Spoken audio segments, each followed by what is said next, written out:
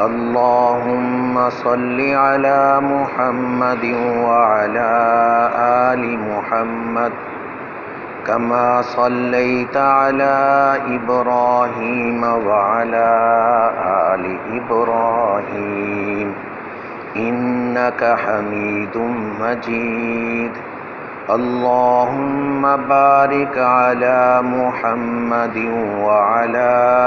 آل محمد كما باركت على إبراهيم وعلى آل إبراهيم إنك حميد مجيد. بالسند المتصل منا إلى أمير المؤمنين في الحديث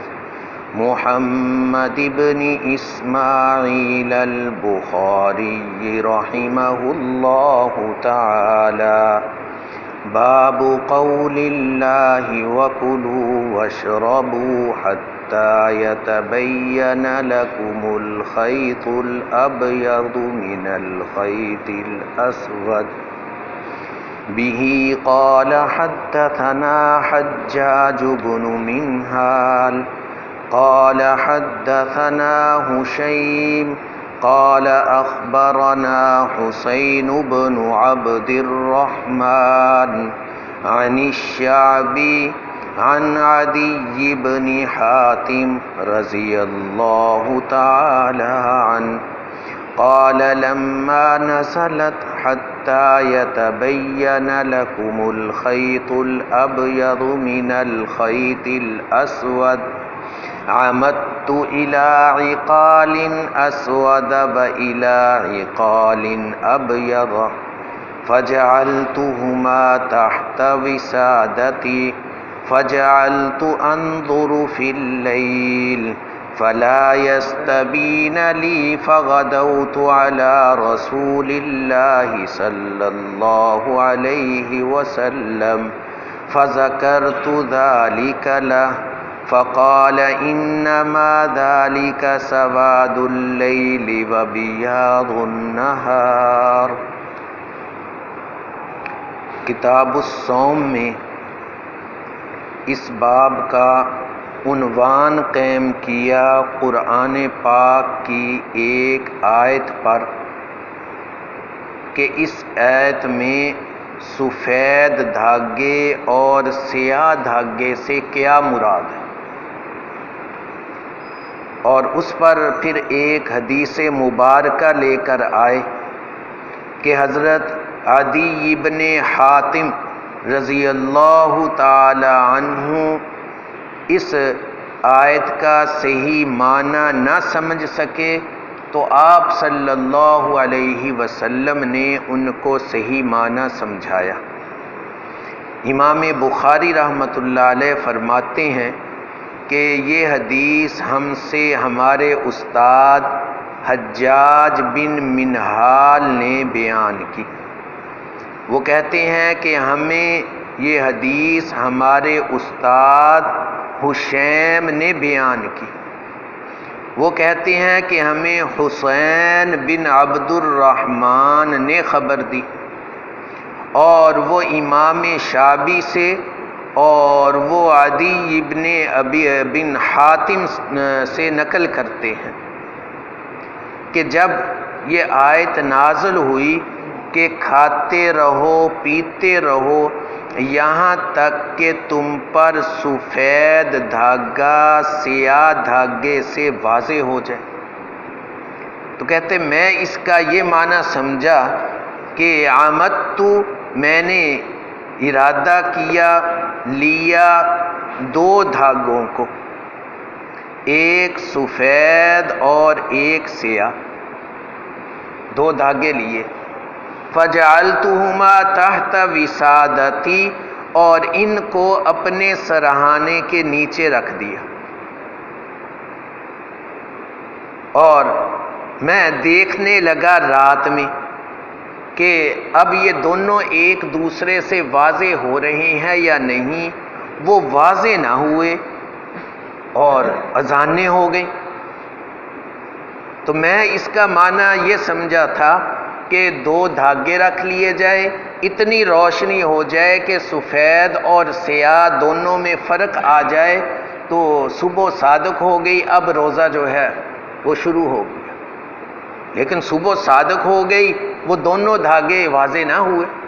کیونکہ صبح صادق ہونے کے بعد بھی اندھیرا رہتا ہے۔ تو کہتے میں صبح کو رسول اللہ صلی اللہ علیہ وسلم کے پاس آیا اور آپ کا یہ ساری بات بتائی، تو پھر آپ نے مجھے بتایا کہ آپ نے عدی آیت کا صحیح معنی نہیں تو سمجھا۔ سفید دھاگے سے مراد یہ دھاگا نہیں ہے، سیاہ دھاگے سے مراد سیاہ دھاگا نہیں، سفید دھاگے سے مراد صبح صادق کی روشنی ہے، اور سیاہ دھاگے سے مراد صبح کاذب کی رات کی تاریکی ہے، کہ جب رات کی تاریکی ختم ہو جائے اور صبح کی پو کھل جائے تو اب یہ صبح صادق ہو گئی۔ تو فرماتے کہ پھر مجھے یہ معنی سمجھ آیا۔ تو دیکھیں اب یہاں پر حضرت عدی بن ابی حاتم، جو حاتم تائی مشہور سخی ہے، اس کے بیٹے ہیں، یہ یمن کا قبیلہ تھا، تو یہ ان کا بیٹا، اس نے زمانہ اسلام پایا اور مسلمان ہوئے، صحابی بنے، اور عربی ان کی مادری زبان تھی، تو مادری زبان کے باوجود قرآن پاک کی آیت کا معنی صحیح نہیں سمجھ سکے، اور پھر صحیح معنی سمجھنے کے لیے خود ہی اپنے ذہن میں ہی ادھر ادھر کے معنی بھی نہیں تلاش کیے، ذہن سے ہی دھکا نہیں لگاتے رہے، بلکہ آپ صلی اللہ علیہ وسلم کے پاس آ کر معنی سمجھ لیا۔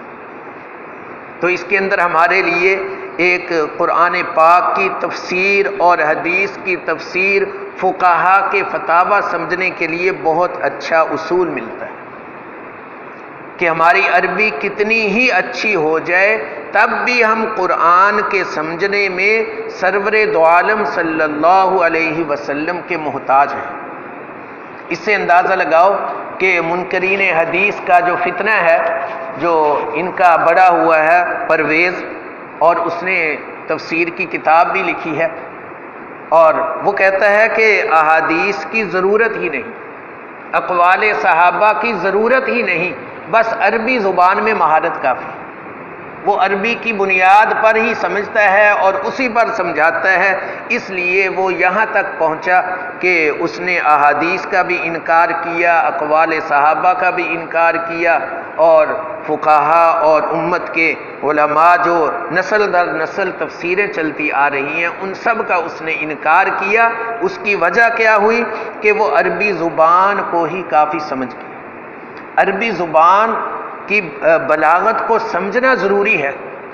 جتنی عربی کو آدمی زیادہ سمجھے گا تفسیر اتنی اچھی سمجھ آئے گی، لیکن عربی سمجھنے کا یہ معنی نہیں ہے کہ ہم حدیث کے محتاج نہیں، ہم پیغمبر کے محتاج نہیں، کیونکہ قرآن پاک نے خود کہا وَيُعَلِّمُكُمُ الْكِتَابَ، کہ وہ کتاب کے معنی تم کو خود سمجھائیں گے، تمہیں نہیں سمجھ آئیں گے۔ دیکھیں یہاں عدی بن ابی حاتم کیسے جلیل القدر صحابی ہیں، وہ معنی خود نہیں سمجھ سکے، آپ صلی اللہ علیہ وسلم سے سمجھا۔ تو یہی طرز ہے قرآن کو صحیح سمجھنے کا، اسی طرز پر ہم قرآن کو صحیح سمجھ سکیں گے، حدیث کو صحیح سمجھ سکیں گے۔ حق تعالی شانہ ہمیں صحابہ اکرام کی اتباع نصیب فرمائے۔ الحمدللہ رب العالمین۔